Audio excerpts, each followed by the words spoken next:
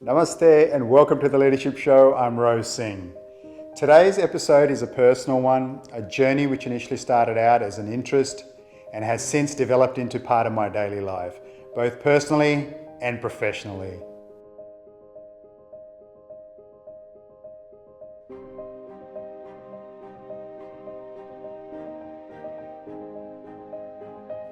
The stresses in our lives are endless.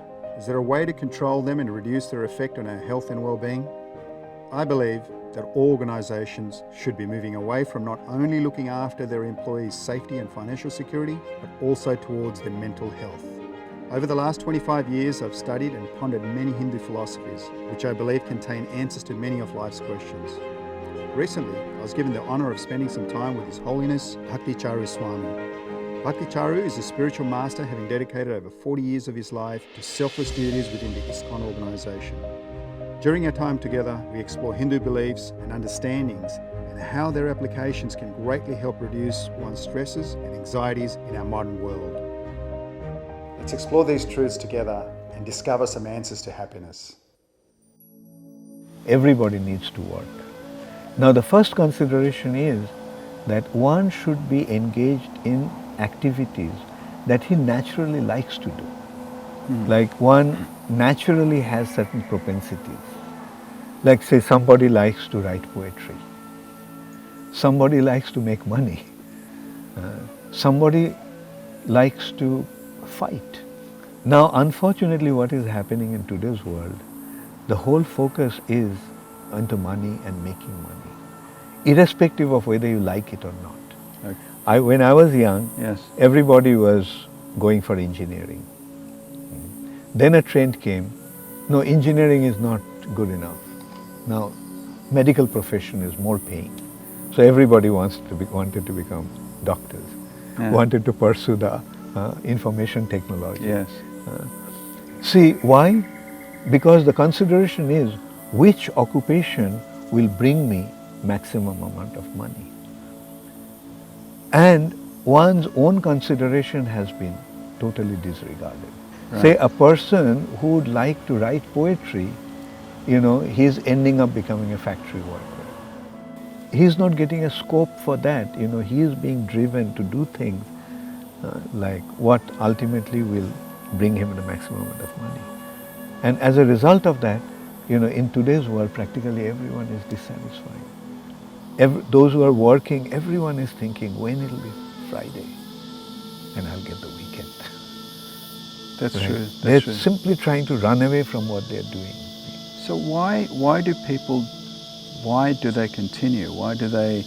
Because the social structure has been designed in such a way. If you can't earn money, then you won't be able to pay your bills. So, everyone is forced to, like recently I was in Singapore, and it's beautiful structure, Oh, yes. Everything is so beautifully done. But I was told in Singapore practically everyone has to work from 10 to 12 hours just to maintain. Correct. In one hand, they made such a nice, Yes. comfortable arrangement. But in order to fit into that arrangement, in order to stay in that arrangement, you have to completely dedicate all your time and effort.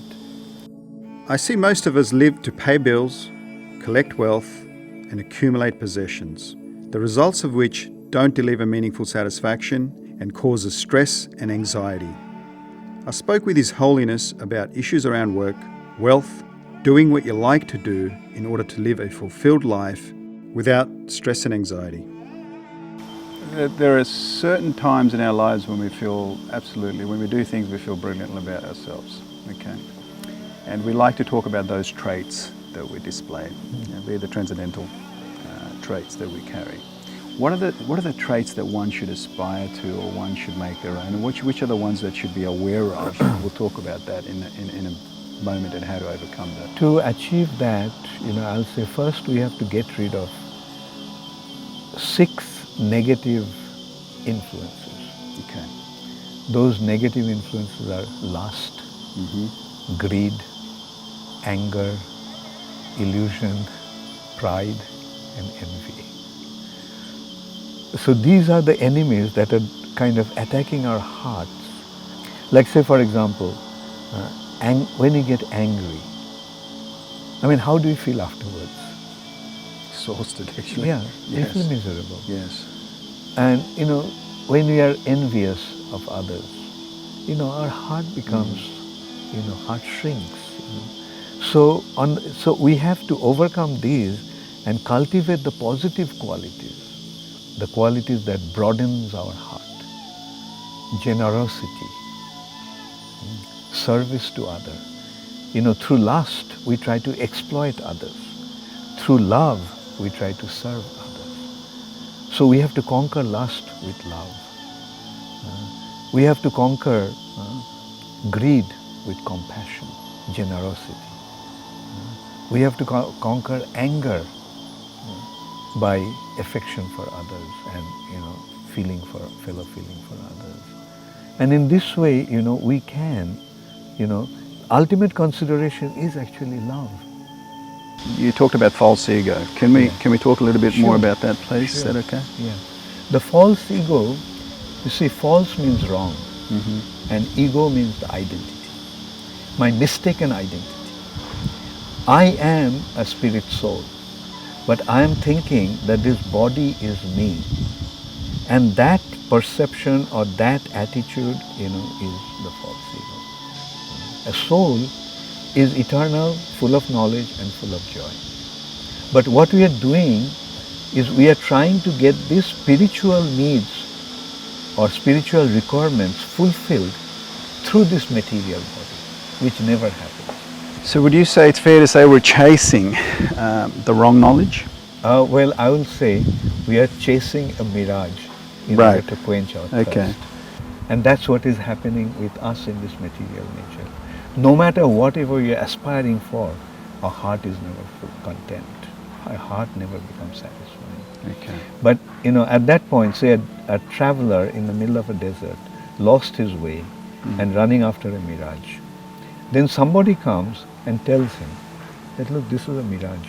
Running after this, you'll never be able to quench your thirst.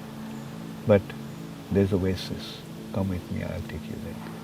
And that is what is needed in this world. Everybody needs a guide who can actually show him the way to the real source of joy, real source of happiness. Through our lives, most of us think we know how to act when it comes to doing the right thing. But what is the right thing to do? And how do we overcome our own ego and self-interest to do it? I talk with His Holiness on what he thinks of doing the right thing by acting selflessly means. I was brought up in an environment in India when we used to think that West is the best. Okay. Right? Yeah. And then I went to the West. And there I began to see that this is also the same place. So I started to read.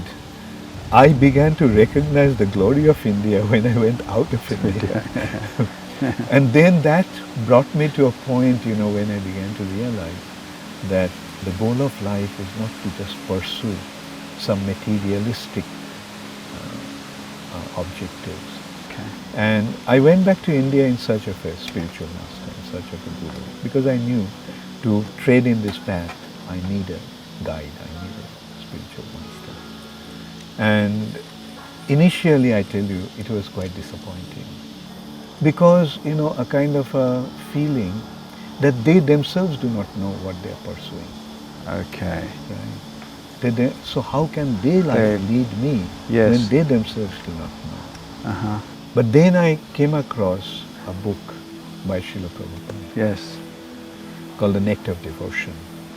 And when I started to read it, practically from the very first page, everything became... It made sense to you? Yeah, okay. It made sense to me. Like, I was aspiring for liberation those days. Yes. The goal of life was to become liberated. Liberation, what does it actually mean to you? Liberation means, at that time my awareness was to become free from the suffering condition. Too many people feel their identity and happiness is tied to their job, to their wealth, and to their material possessions. His Holiness emphasizes the need to search for the right guides, someone with experience to help achieve inner contentment, and how critical it is to find the right guide. Even His Holiness started out on a similar path, feeling the influence of the West as the way it must be, but he soon learned something that challenged that in the rediscovery of the richness of India. When, as I said, like when I started to read the book, the first thing that came to me was I was aspiring for liberation. Another way you can describe that, liberation, say consider the question of liberation comes when there is a question of imprisonment. A person who is free, he doesn't have to worry about liberation or freedom. A person who is bound, person who is imprisoned, he only needs, this consideration of, becoming free. Now, somebody is in a prison. He can get out of the prison in two ways. He can dig a tunnel and escape from the prison. Although he'll be out of the prison, but he won't actually be free. The police will be after him. He'll have to hide all the time. And his life will be even more miserable than being in the prison. Like at least in the prison, he was getting food and place to sleep. Now, he doesn't even have that. Yeah. Now, the other way to get out of the prison is you appeal to the king that I'm sorry, I made a mistake. I promise I'll never commit that crime again. And then the king sends the message, okay, he has rectified, so release him. So that is the positive liberation, surrendering. So here comes again the question of surrendering. Accepting the authority of the king. Now, accepting the authority of the King of Kings, the Supreme Personality of God. Yes. And, like surrender, I surrender unto you. All I want is to please you. And you decide what you want to do with me. Okay, so having a good deal of trust. Yes, Yes. exactly. Yeah. Surrender and liberation may be similar things. For me, it was simply about being willing to accept that not everything is in my control and learning to let go. It has helped me achieve contentment and enabled me to focus on meaningful work. His Holiness shares some insights into his 40-year journey to liberation through service to others. Can we talk a little bit more about in terms of surrendering? What does it actually take? Or what did it take for you? I, for instance, in the mornings when I meditate, I go through a particular series of pranayamas and asanas, and then I get to a stage where I do my surrendering or my puja, and then, I actually have a certain phrase that I say where I surrender. How do you go about it, or how did you find that process? When you are a little boy, did you have any anxiety? None. Why? I think I had faith. I was in touch. I just saw everything being beautiful. That also had a bit, but yes, I knew I'd been looked after. Right. This awareness that someone is there who is taking care of you, who knows what is best for you and who is providing you with that. When we are children, we can depend upon our parents. But when you grow up, we can't depend upon them.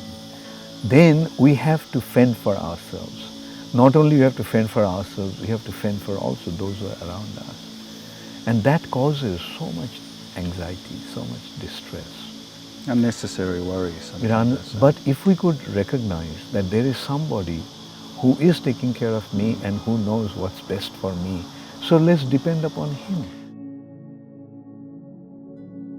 It was an enriching few days for me to be able to spend time with someone living the life I've revered for so long and learning from each other's experiences and studies in happiness. If you'd like to see more of our conversation, please watch part 2, and in part 3, watch our roundtable discussion on how to apply practical tools to achieve happiness in your daily life.